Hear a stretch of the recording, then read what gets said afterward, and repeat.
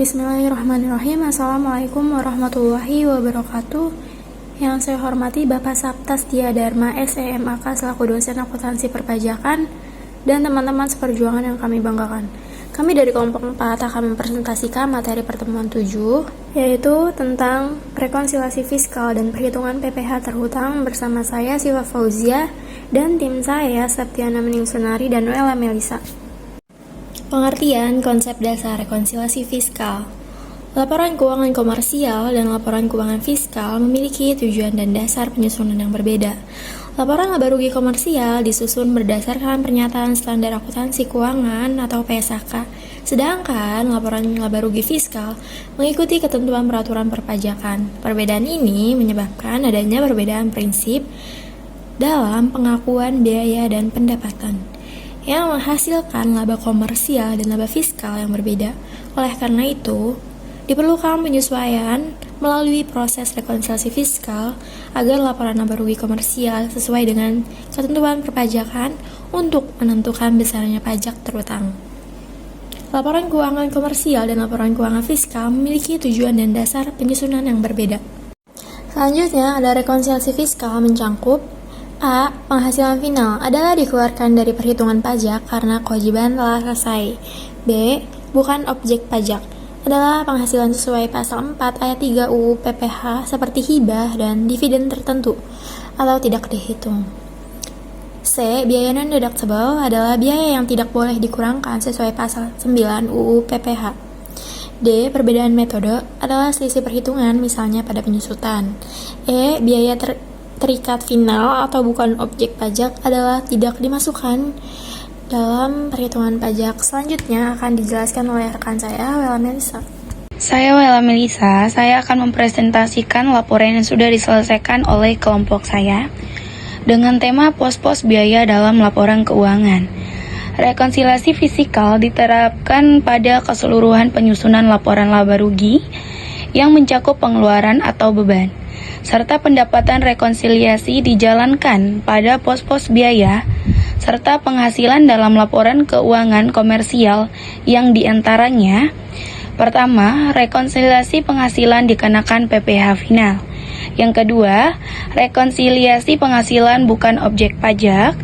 Yang ketiga, WP pengeluaran biaya yang tidak menjadi pengurang penghasil bruto.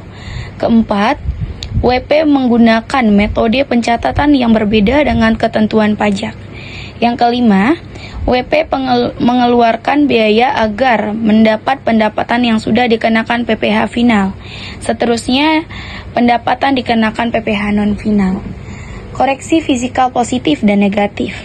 Koreksi fiskal positif adalah koreksi yang menyebabkan pertambahan laba fiskal atau pengurangan rugi fiskal, sehingga laba fiskal lebih besar daripada laba komersial. Dengan kata lain, rugi fiskal lebih kecil daripada rugi komersial. Koreksi negatif. Koreksi fiskal negatif adalah koreksi fiskal yang menyebabkan pengurangan laba fiskal atau pertambahan rugi fiskal, sehingga laba fiskal lebih kecil daripada laba komersial atau rugi fiskal lebih besar daripada rugi komersial.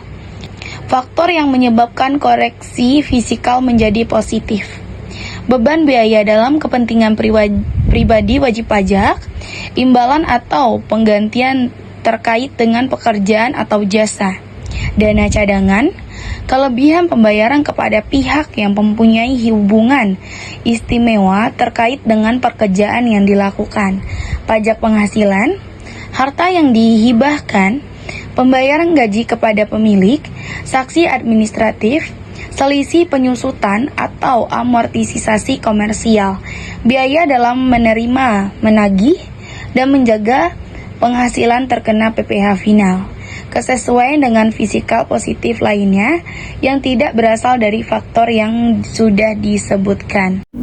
Saya Septiana Meningsunari dari kelompok 4. Saya akan menunjukkan presentasi dari teman saya. Di sini saya akan menjelaskan tentang faktor yang menyebabkan koreksi fiskal menjadi negatif.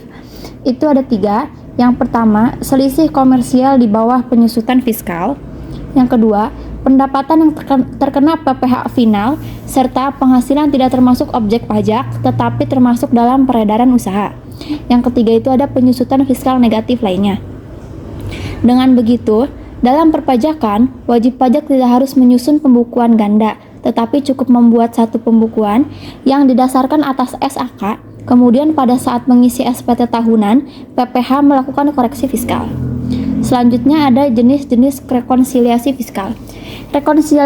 Rekonsiliasi fiskal terbagi menjadi dua jenis yang didasarkan atas perbedaan secara komersial dan fiskal, yaitu yang pertama, rekonsiliasi beda tetap. Rekonsiliasi beda tetap diakibatkan oleh transaksi yang diakui wajib pajak sebagai pendapatan atau biaya.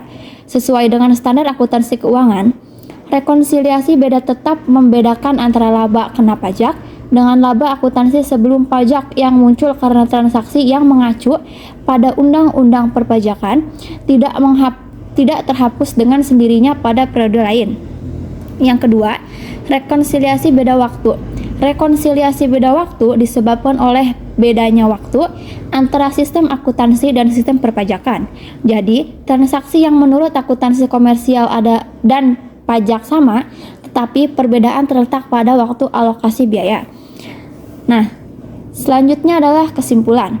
Rekonsiliasi fiskal yaitu suatu mekanisme untuk menyesuaikan laporan keuangan komersial perusahaan menjadi sesuai dengan ketentuan perpajakan yang berlaku. Selanjutnya, kelompok kami akan membahas materi pertemuan 8 yaitu tentang praktikum rekonsiliasi fiskal. Pengertian rekonsiliasi fiskal. Rekonsiliasi fiskal adalah proses penyesuaian antara laba akuntansi atau laba menurut laporan keuangan komersial dengan laba fiskal atau laba menurut ketentuan perpajakan. Rekonsiliasi ini dilakukan untuk menghitung penghasilan kena pajak yang menjadi dasar perhitungan pajak terutang sesuai peraturan perpajakan yang berlaku. Penyebab perbedaan laporan keuangan komersial dan laporan keuangan fiskal. Perbedaan prinsip akuntansi: A. Prinsip konversatisme, B. Prinsip harga perolehan, C. Prinsip matching. Perbedaan prosedur dan metode akuntansi: A. Metode penilaian persediaan, B. Metode penyusutan dan amortisasi, C. Metode penghapusan piutang. Perbedaan perlakuan dan pengakuan penghasilan dan biaya. A. Penghasilan tertentu diakui dalam akuntansi komersil tetapi bukan merupakan objek pajak penghasilan. B. Penghasilan tertentu diakui dalam akuntansi komersial tetapi pengenaan pajaknya bersifat final. C. Penyebab perbedaan lain yang berasal dari penghasilan. D. Pengeluaran tertentu diakui dalam akuntansi komersial sebagai biaya atau pengurangan penghasilan bruto. Tetapi dalam fisikal, pengeluaran tersebut tidak boleh dikurangi dari penghasilan bruto. Koreksi fiskal. Koreksi fiskal adalah penyesuaian yang dilakukan terhadap laba rugi komersil atau laba menurut akuntansi untuk menghitung laba fiskal atau laba kena pajak sesuai dengan aturan perpajakan yang berlaku. Koreksi ini dilakukan untuk memastikan bahwa perhitungan pajak penghasilan atau PPh sesuai dengan ketentuan perpajakan di negara tersebut. Sebelumnya izin memperkenalkan diri, nama saya Septiana Meningsunari. Saya akan melanjutkan presentasi dari teman saya atau dari rekan saya.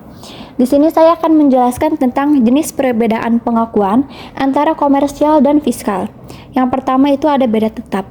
Menurut akuntansi komersial merupakan penghasilan, sedangkan menurut undang-undang PPh bukan merupakan penghasilan. Yang kedua itu menurut akuntansi komersial merupakan penghasilan, sedangkan menurut undang-undang PPh telah dikenakan PPh final. Yang kedua itu ada beda waktu. Merupakan perbedaan pengakuan baik penghasilan maupun biaya antara akuntansi komersil dengan ketentuan undang-undang PPh yang sifatnya sementara. Selanjutnya ada jenis koreksi fiskal. Koreksi fiskal positif. Koreksi ini dilakukan untuk menambah penghasilan kena pajak. Koreksi fiskal positif terjadi apabila terdapat beban yang pertama, tidak diakui menurut peraturan perpajakan. Yang kedua, tidak dapat dikurangkan dari penghasilan bruto menurut undang-undang pajak. table expense. Yang kedua, koreksi fiskal negatif. Koreksi ini dilakukan untuk mengurangi penghasilan kena pajak. Koreksi fiskal negatif terjadi apabila terdapat pendapatan yang pertama, diakui dalam laporan keuangan tetapi tidak diakui sebagai penghasilan kena pajak. Yang kedua, tidak dikenakan pajak menurut Undang-Undang Perpajakan. Kesimpulannya adalah rekonsiliasi fiskal adalah proses penyesuaian laporan laba rugi komersial untuk menghitung penghasilan kena pajak sesuai dengan peraturan perpajakan yang berlaku. Proses ini diperlukan karena adanya perbedaan antara standar akuntansi keuangan dan aturan perpajakan dalam pengakuan pendapatan, beban, dan biaya. Tujuan utama rekonsiliasi fiskal adalah memastikan bahwa laporan pajak yang disampaikan kepada otoritas pajak mencerminkan kewajiban pajak yang sebenarnya. Terima kasih kami ucapkan, kurang lebihnya mohon maaf. Wabillahi taufiq wal hidayah. Wassalamualaikum warahmatullahi wabarakatuh.